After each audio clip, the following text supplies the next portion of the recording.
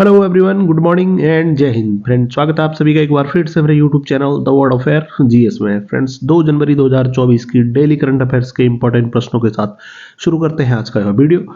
बने रहिए अंत तक दोस्तों। ये रहा पहला प्रश्न। तो वैश्विक परिवार दिवस कब मनाया गया? तो वैश्विक परिवार दिवस दोस्तों यह मनाया जाता है हर वर्ष 1 जनवरी को। वैश्विक परिवार दिवस यह 1 जनवरी को मनाया गया।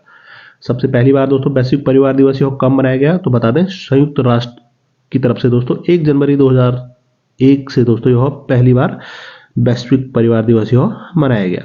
वर्ष 2024 में दोस्तों वैश्विक परिवार दिवस की थीम क्या थी? तो वह थी दोस्तों परिवार एक साथ, एक उज्जवल भविष्य के लिए लचीलापन निर्माण।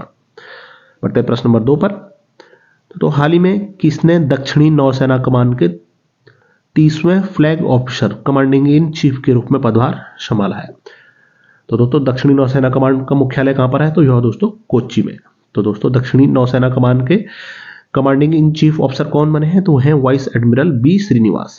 ध्यान रहे, वाइस एडमिरल बी श्रीनिवास ने दोस्तों दक्षिणी नौसेना कमान के 30वें फ्लैग ऑफिसर यानी कमांडिंग इन चीफ के रूप में दोस्तों इनके द्वारा पदभार संभाला गया, वाइस एडमिरल बी श्रीनिवास द्वारा।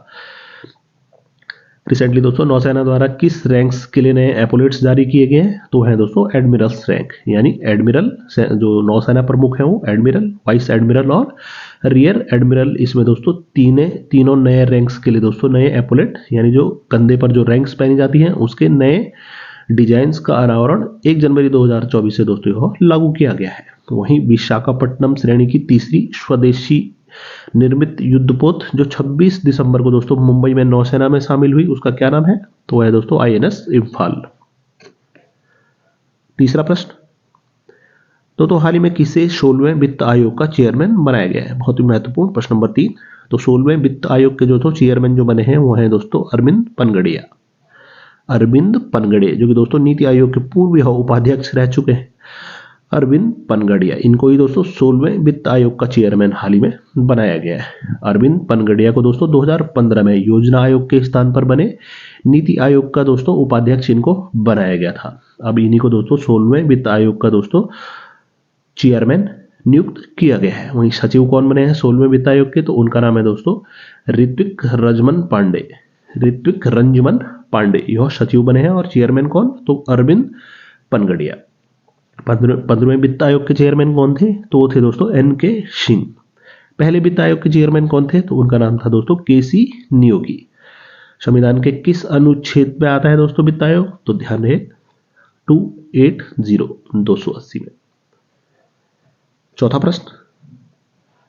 दोस्तों किस ऑस्कर अवार्ड विजेता प्रसिद्ध डॉक्यूमेंट्री फिल्म में मुख्य भूमिका निभाने वाली बेटी पिंकी बेटी बचाओ बेटी पढ़ाओ की ब्रांड एम्बेसडर बनेगी? तो दोस्तों वो कौन सी ऑस्कर विजेता डॉक्यूमेंट्री फिल्म है जिसकी जो मुख्य नायिका थी, जिस बेटी द्वारा दोस्तों उस फिल्म में भूमिका निभाई गई थी, उनका नाम था पिंकी। अब उनको ही बेटी बचाओ बेटी पढ़ाओ की ब्रांड एम्बेसडर नियुक्त किया गया है। तो उस फिल्म का नाम था दोस्तों स्माइल पिंकी, यानी स्माइल पिंकी। कटे होंठ वाले बच्चों के जीवन पर आधारित डॉक्यूमेंट्री फिल्म दोस्तों स्माइल पिंकी को वर्ष 2009 में ऑस्कर मिला था। इस फिल्म में दोस्तों मिर्जापुर की रहने वाली बेटी पिंकी को अब बेटी बचाओ बेटी पढ़ाओ का ब्रांड एम्बेसडर नियुक्त किया गया है। यानी स्माइल पिंकी और डॉक्यूमेंट्री फिल्म थी। रिसेंटली दोस्तों हुंडई मोटर्स इंडिया ने किसको अपना ब्रांड एम्बेसडर बनाया है? तो है अभिनेत्री दीपिका पादुकोण। वहीं ग्लोबल स्मार्टफोन ब्रांड टेक्नो की ब्रांड एम्बेसडर तो वो भी बनी है दीपिका पादुकोण। वहीं सोनी नेटवर्क ने दोस्तों फुटबॉल मैचेस के लिए किस अभिनेता को? तो अभिनेता कार्तिक आर्यन को उनके द्वारा ब्रांड एम्बेसडर बनाया गया। पांचवा प्रश्न। तो हाल ही में केंद्र सरकार ने कौन से 2 देशों से आने वाले जिप्सम बोर्ड व टाइल्स पर एंटी डंपिंग ड्यूटी लगा दी है? तो एंटी डंपिंग ड्यूटी दोस्तों केंद्र सरकार द्वारा लगाई गई ओमान और चीन देश पर। ध्यान रहे जिप्सम बोर्ड और टाइल्स पर एंटी डंपिंग ड्यूटी यह ओमान और चीन देश पर दोस्तों भारत की केंद्र सरकार द्वारा हाल ही में लगाई गई। वित्त मंत्रालय की ओर से जारी दोस्तों नोटिफिकेशन में यह एंटी डंपिंग ड्यूटी को अगले 5 सालों के लिए दोस्तों उस पर वैध रखा गया है। यानी अगले 5 सालों तक दोस्तों यह एंटी डंपिंग ड्यूटी ओमान और चीन देश पर जारी रहेगी। रिसेंटली दोस्तों चीन के रक्षा मंत्री कौन बने हैं? तो वो बने हैं दोस्तों डोंग जून। वहीं चीन द्वारा निर्मित अत्याधुनिक महासागर ड्रिलिंग जहाज का क्या नाम रखा गया है? तो वो है दोस्तों मैंगजियांग, जिसको कि चीनी भाषा में ड्रीम कहा गया है। प्रश्न नंबर 6, तो हाल ही में किसे राष्ट्रीय कानूनी सेवा प्राधिकरण यानी नालसा का कार्यकारी अध्यक्ष नियुक्त किया गया है? तो नालसा क्या है दोस्तों? यह है नेशनल लीगल सर्विस अथॉरिटी यानी राष्ट्रीय कानूनी सेवा प्राधिकरण। तो इसके कार्यकारी अध्यक्ष जो नियुक्त हुए हैं दोस्तों, उनका नाम है जस्टिस संजीव खन्ना। न्यायमूर्ति संजीव खन्ना को ही नालसा का दोस्तों कार्यकारी अध्यक्ष नियुक्त किया गया है। किनके द्वारा दोस्तों यह अपॉइंटमेंट नियुक्त की गई? तो ध्यान है भारत के राष्ट्रपति श्रीमती द्रौपदी मुर्मू द्वारा। रिसेंटली दोस्तों इलाहाबाद हाई कोर्ट के मुख्य न्यायाधीश कौन नियुक्त हुए हैं? तो वह दोस्तों न्यायमूर्ति अरुण वंशाली। प्रश्न नंबर 7 की ओर बढ़ते हैं। तो 28 दिसंबर 2023 को भारतीय राष्ट्रीय कांग्रेस का कौन सा स्थापना दिवस मनाया गया? तो रिसेंटली 28 दिसंबर 2023 को ही भारतीय राष्ट्रीय कांग्रेस का दोस्तों 139वां स्थापना दिवस मनाया गया, 139th। बता दें स्थापना कब हुई भारतीय राष्ट्रीय कांग्रेस की? तो 28 दिसंबर 1885 में दोस्तों इसकी स्थापना हुई। किसके द्वारा स्थापना की गई? तो A.O. ह्यूम द्वारा। INC यानी इंडियन नेशनल कांग्रेस की दोस्तों पहला सम्मेलन कहां पर हुआ था? तो ये दोस्तों 1885 में ही बॉम्बे में, जिसकी अध्यक्षता किसके द्वारा की गई थी? तो W.C. बैनर्जी द्वारा। रिसेंटली दोस्तों कांग्रेस द्वारा 14 फरवरी 2024 से कौन सी यात्रा प्रारंभ की जाएगी? तो भारत न्याय यात्रा।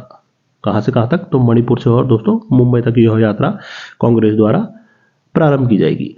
8वां प्रश्न, दोस्तों हाल ही में किस राज्य सरकार ने आदिवासियों और दलितों के लिए वृद्धावस्था पेंशन की आयु घटाकर 50 वर्ष कर दी गई है? तो वृद्धावस्था पेंशन दोस्तों आयु घटाकर अभी 50 वर्ष किन के लिए? तो आदिवासी और दलित समुदाय के लोगों के लिए। तो यह की गई दोस्तों झारखंड राज्य सरकार द्वारा। बता दें झारखंड मुक्ति मोर्चा जो शासित सरकार अभी झारखंड में है, तो उनके द्वारा दोस्तों 4 साल पूरे होने के मौके पर झारखंड के मुख्यमंत्री हेमंत सोरेन ने दोस्तों यह घोषणा की करते हुए उन्होंने बताया कि आदिवासियों और दलितों को दोस्तों अभी वृद्धावस्था की जो पेंशन की आयु घटाकर पहले 60 थी, अभी कितनी कर दी गई है? तो वहां पर अभी 50 कर दी गई है। झारखंड के दोस्तों राज्यपाल कौन है? तो उनका नाम है CP राधाकृष्णन। 9वां प्रश्न,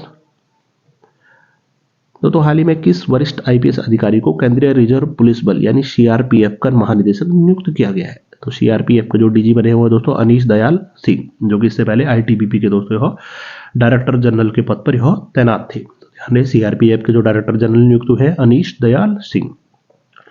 साथ ही साथ दोस्तों ITBP के जो डायरेक्टर जनरल बने हैं वो बने हैं IPS राहुल रसगोत्रा, और CISF की दोस्तों पहली महिला अध्यक्ष यानी महिला डायरेक्टर जनरल जो बनी है उनका नाम है दोस्तों IPS नीना सिंह। वेस्ट बंगाल के दोस्तों पुलिस महानिदेशक कौन बने हैं? तो उनका नाम है दोस्तों IPS राजीव कुमार। वहीं महाराष्ट्र के DGP वो कौन बने हैं? तो दोस्तों IPS रश्मि शुक्ला के पद पर दोस्तों वहां पर स्टे लगाकर अभी IPS विवेक फणसलकर को ही दोस्तों आगामी आदेश तक महाराष्ट्र का पुलिस महानिदेशक नियुक्त किया गया है। प्रश्न 10वां, तो हाल ही में कौन सा देश दुनिया का दूसरा सबसे बड़ा वैश्विक इस्पात उत्पादक देश बना है? तो रिसेंटली कौन सा देश है और दोस्तों दुनिया का दूसरा सबसे बड़ा इस्पात उत्पादक देश बना है? तो अपना ही देश भारत। पहले स्थान पर कौन सा देश आता है दोस्तों? चीन, जिसका इस्पात उत्पादन में दोस्तों विश्व के इस्पात उत्पादन का कितना प्रतिशत? तो 57% दोस्तों उत्पादन चीन में होता है। तो चीन पहले स्थान पर। और किस देश को पीछे पछाड़कर भारत दूसरे स्थान पर काबिज हुआ है? तो ध्यान रहे पहले जापान दूसरे स्थान पर था और अभी भारत दूसरे स्थान पर है, जापान तीसरे स्थान पर आ गया। प्रश्न 11वां, तो हाल ही में 30 दिसंबर 2023 को केंद्रीय सहकारिता मंत्री अमित शाह ने कहां पर राष्ट्रीय सहकारी डेयरी संघ यानी NCDFI के नए कार्यालय भवन की आधारशिला रखी है? तो NCDFI क्या है? तो यह है दोस्तों national cooperative dairy federation of India.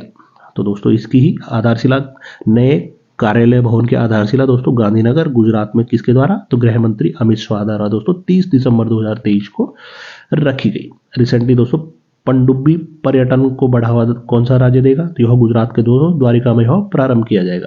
वहीं विश्व का सबसे बड़ा कार्यालय भवन यह कहां पर अभी रिसेंटली ओपन हुआ है? तो सूरत डायमंड बोर्स, यह गुजरात में ही दोस्तों यह विश्व का सबसे बड़ा कार्यालय भवन हाल ही में इसका उद्घाटन किया गया। 12वां प्रश्न, तो हाल ही में किस महिला तीरंदाज हाल ही में महिला तीरंदाज ऑफ द ईयर अवार्ड जीतने वाली पहली भारतीय तीरंदाज कौन बनी है?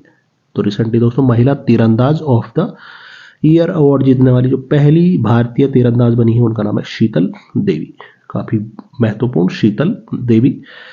बता दें जम्मू कश्मीर के किश्तवाड़ की रहने वाली है दोस्तों 16 वर्षीय पैरा तीरंदाज महिला खिलाड़ी शीतल देवी। इन्हीं को दोस्तों महिला तीरंदाज ऑफ द ईयर अवार्ड से हाल ही में सम्मानित किया गया है। और दोस्तों यह अवार्ड जीतने वाली दोस्तों यह पहली भारतीय महिला तीरंदाज खिलाड़ी बनी है। तो ध्यान रखें उनका नाम शीतल देवी।